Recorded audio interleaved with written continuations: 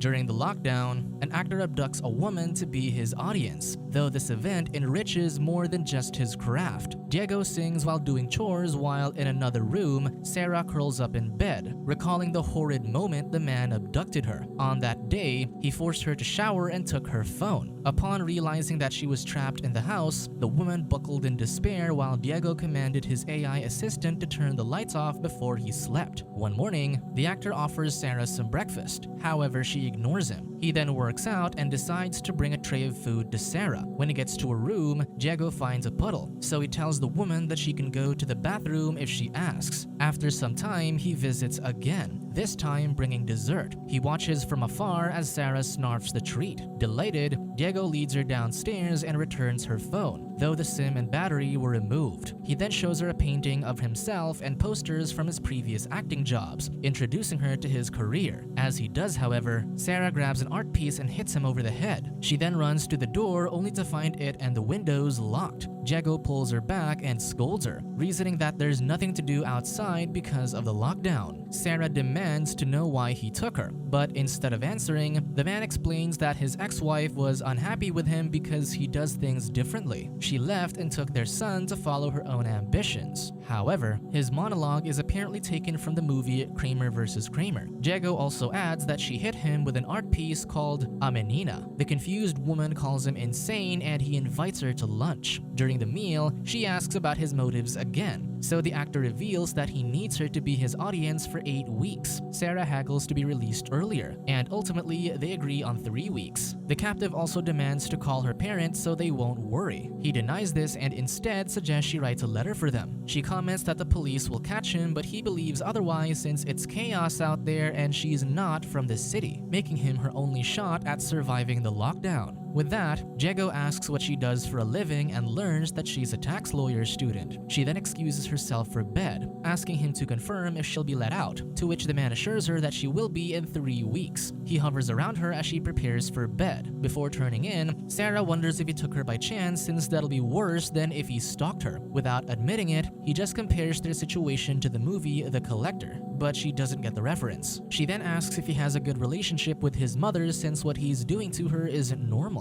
He dodges this question and just closes the door. As she rests, Diego practices translating speeches when his father, Juanma, calls him. He comments that Diego looks worse each time they talk, so will send a friend over to help him with his basic needs. Diego argues that he has asthma, so he can't risk someone from outside visiting. Despite this, Juanma insists that his friend will visit tomorrow. The next morning, Diego prepares a nice breakfast only for the woman to slam the door on him to escape. She attempts to climb over the balcony wall, but Diego manages to pull her down. He then tells her that he's having a visitor today and if she makes noise, he won't feed her for 3 days. As she eats in her room, Diego talks about a script regarding a king's harem with one of the women falling in love with a guard. The guard was imprisoned and the women were locked in a fortress surrounded by water called a casilda. After 2 weeks, the king opened the fortress and found everyone dead as they tried to eat each other. Realizing what he's hinting at, Sarah asks him to leave. Sometime later, his visitor, Yolanda, roleplays with Diego, playing a woman trying to seduce an employee. Before things can turn interesting, Sarah shouts in her room, begging to use the bathroom. With her presence revealed, the man opens the door and she rushes to the bathroom. Bewildered, Yolanda asks if Diego kidnapped Sarah, arguing that Juanma paid her to entertain him and would be furious if he finds out. This forces Diego to pay Yolanda extra to buy her silence before she leaves. Later that day, Sarah joins Diego at the living room and brazenly puts her shoes up on the coffee table. This bothers the actor, yet he tosses her some gum, not wanting to argue. As she chews, he comments that she acts like a teenager. This prompts her to exaggerate her childish ways, which he mimics, amused. Diego then recalls the end of a movie with Dustin Hoffman. Sarah knows this movie, so she wonders why it's always women who appear unclothed in films. Diego disagrees, but the woman points out that the film's leading lady got taken advantage of by her former friends. She wonders if that's what Diego is planning for her. He clarifies that the movie is about the impotence the character experiences, but Sarah argues that the protagonist barely feels anything throughout the movie while the character of his wife suffers. She then questions if he's experienced, since he didn't do it with Yolanda. She assumes he got scared of the other woman while her smaller stature doesn't bother him. With this, Sarah assumes he'll let her go if she gives him the experience. She then proceeds to dance provocatively for him, but he suddenly barks at her to leave, claiming that she doesn't understand him.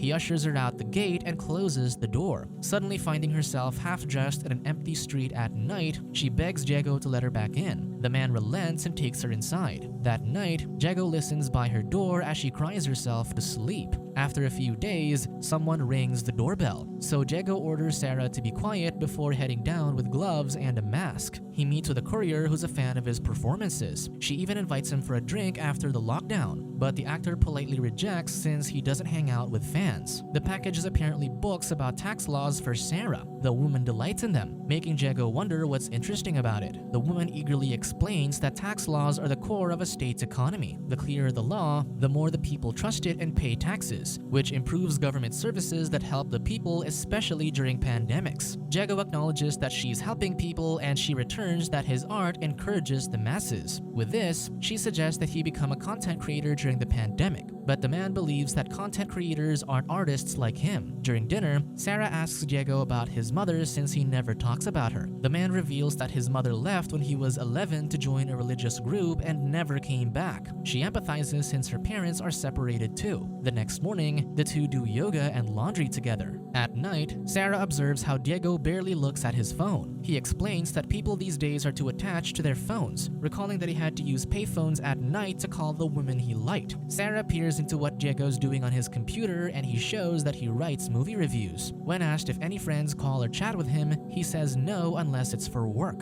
The woman then begs him to let her call her father using his phone, bargaining that she'll be next to him while she talks. After thinking about it, Diego allows her. Sarah then calls her father, claiming that she's using the neighbor's phone. However, she learns that her stepmother is pregnant. After ending the call, she comments that she'll be 20 years older than her half-brother. With that said, he asks her to watch the film Barry Lyndon, but she thinks it's boring. Diego calls her ignorant, and she criticizes that he's a snob, similar to liars who claim to hate McDonald's food. Because of this, Diego later watches the film alone, dressed in Victorian attire. One morning, while Sarah enjoys her drink, Diego decides to film her, saying she looks poetic in the sun. She comments that this could be used as evidence against him, but he continues. Sarah then spills a bit of red drink on her clothes, then acts like a hostage, begging to have the theaters open and send a vaccine to Diego's place for her freedom. The lame joke prompts Diego to stop recording, yet when asked if her acting was good, he reluctantly agrees. In the afternoon, Yolanda visits to check on him and Sarah. The man lets her in, but only if she leaves her clothes and takes a shower to avoid the virus. Once done, Yolanda learns that Sarah's treated well and is happy to see her since they're bored. Diego suggests they do a scene to pass the time, and Sarah agrees but insists on picking which movie. They spend the afternoon reenacting scenes from Dirty Dancing, but with Diego portraying the lead actress. That evening, while Diego cooks, Sarah thanks Yolanda for humoring her as Dirty Dancing was her mother's favorite movie. Seeing that the actor is cooking for them, Yolanda then comments how his father underestimates him. Sarah asks if Yolanda's paid to do it with Diego, and the woman explains that she is tasked to look after him and the house, but the actor often prefers to play out scenes rather than do it. With that, Sarah praises Yolanda's beauty, asking if she does these services often and if she has a relationship. Yolanda admits that she offers her services both to make ends meet and since she enjoys it. However, she thinks she missed her chance at any relationship.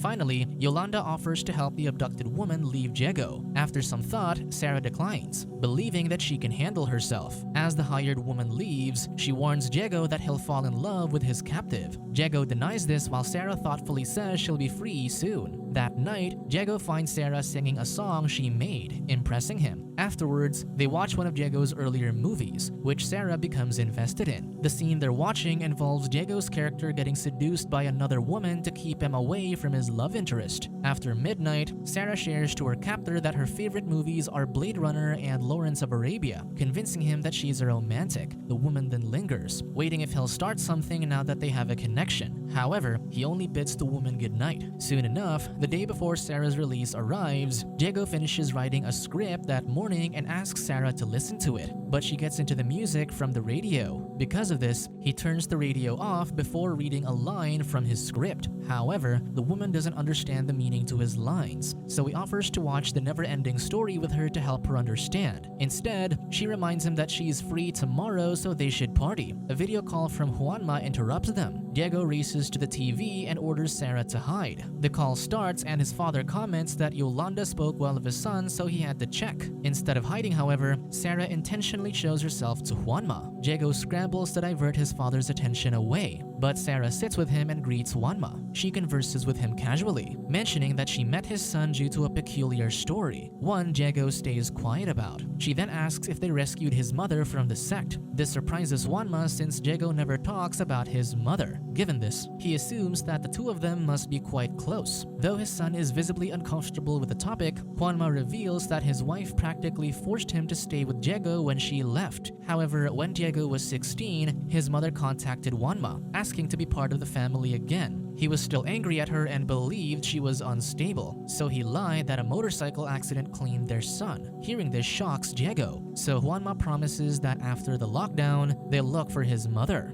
However, his betrayed son chooses to end the call. Seeing him hurt by this, Sarah apologizes for imposing. Instead of discussing this, he just comments that she'd make a great actor with what she did. He bargains that this was better since he'll feel worse if he lived all his life thinking his mother didn't want him. He then compares it to another actor who learned later in life that his supposed late mother was alive in a psych ward. Sarah thinks talking about this with his dad will do him well. Diego reluctantly agrees, recalling how his father took him out of school when he wasn't adjusting well. Instead, they watched movies together and talked about films every day, paving the road to his acting career. Now, he feels that every day he doesn't rehearse is a day wasted. Sarah believes otherwise, as interacting with the world is already valuable. She shares that her parents made her focus on studies, but she still got herself a boyfriend. Not only did her parents hate him, but he also cheated on her with her best friend, making her lose both of them. This made her realize how much time she wasted not studying, so she moved to start a career and do everything she missed, allowing her to see how big the world actually is. Diego absorbs this and apologizes for scaring her and stealing her phone. The two then spend their last night partying, making Diego miss the sensations of being in public. Later, while Diego sleeps, he dreams of a half-dressed Sarah leaving. This jostles him awake, so he checks on the woman and drapes a blanket on her. When she wakes up the next morning, she finds a sheet of paper beside her with a script. After a quiet breakfast, they reenact a scene from The Bodyguard where the woman who slept with her bodyguard faced the reality of what they did. However, as Diego, who's in character, mentions his regret of getting involved with his client, Sarah takes it personally, thinking he's rejecting her. He gives her a choice to either live with it or fire him. Instead of answering, she questions if they can still make love. Diego praises her acting, but Sarah questions if this is his way of saying he won't let her go. She accuses him of lying to her, so he locks her back into a room. When he takes her dinner to her room, he's horrified to find Sarah feeling sick, claiming that this is because he hit her earlier. Frantic, Diego rushes out to get help but accidentally leaves the door open. Sarah uses this time to escape and climb out the gate, but finds Diego waiting for her knowing she tried to escape. Sarah begs him to free her, but he refuses. As time passes, Sarah's locked in her room while Diego goes about his day. They soon return to their usual activities of reenacting scenes, using a scene from The Last of the Mohicans. While the woman films his part, she insists that she is not feeling the scene, asking him to open the windows and doors. He tries again, but she still doesn't feel it, asking what else he'd do for her. He yells that he'll do anything, so she asks him to undress. He does so and states his lines while the woman cheers him on. At the climax of his performance, he runs out to the streets. Sarah follows him out, so Diego realizes that she tricked him into letting her out. He asks if she's leaving him and walks inside without waiting for an answer. The abruptness prompts Sarah to follow him. There, she sees the man sulk on the chair, so she asks his AI assistant to record her saying that he's a great actor who isn't crazy and is worthy of love. With that, she takes the menina with her and walks out, free at last. However, as she walks further, she gets an odd feeling. Inside the house, Diego heads up the highest point of his home and opens the window just as Sarah turns to run back. She shouts for him to climb down and he complies. The man rushes down in a suit. She asks if he was going to jump, but he says he was just hoping she'd come back since he loves her. However, Sarah thinks his affection is just another movie role to him. This surprises him, more so when Sarah declares that she'll go home, call her parents, take a shower, get some privacy, and come back. With that, the woman walks away, but not before giving the actor an applause, so the man bows in appreciation to his audience. Sarah then walks home, feeling a pang of bitterness for leaving even if just for a bit. Subscribe to watch more videos like this, turn on notifications and leave a like to help the channel out. Thank you for watching.